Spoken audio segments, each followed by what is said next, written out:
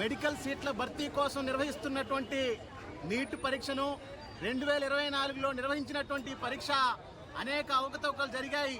ఈ పరీక్షను రద్దు చేసి తిరిగి నీట్ పరీక్షను నిర్వహించాలి అని చెప్పేసి ఐక్య విద్యార్థి యువజన సంఘాల ఐక్య కార్యాచరణ కమిటీ నిర్ణయించింది. దాంతోపాటుగా ఈ ఐక్య కార్యాచరణ కమిటీ ఏం తీసుకుంటా ఉంది ఈరోజు అని అంటే ఎన్టీఏని రద్దు చేయాలి అని చెప్పేసి, దాంతోపాటుగా జరిగినటువంటి అవకతవకలపైన సుప్రీంకోర్టు జడ్జి తోటి న్యాయ విచారణ జరిపించాలి అని చెప్పేసి, అదేవిధంగా గతంలో ఎంసెట్ నిర్వహించి ఎట్లా అయితే మెడికల్ సీట్లు భర్తీ చేసేవారో అదే పద్ధతిలో ఈరోజు మెడికల్ సీట్లు భర్తీ చేయాలని చెప్పేసి, దాంతోపాటుగా దేశవ్యాప్తంగా నిర్వహిస్తున్నటువంటి కేంద్రీకృత పరీక్షలు ఏవైతే ఉన్నాయో వాటన్నింటినీ రద్దు చేయాలని చెప్పేసి 2024 నీట్ పరీక్షను మళ్ళీ నిర్వహించాలి అని చెప్పేసి ఐక్య విద్యార్థి యువజన సంఘాలు ఈరోజు స్టూడెంట్ మార్చ్ కార్యక్రమాన్ని నిర్వహిస్తూ ఉన్నాయి. దీంట్లో వేలాది మందిగా విద్యార్థులు పాల్గొంటా ఉన్నారు.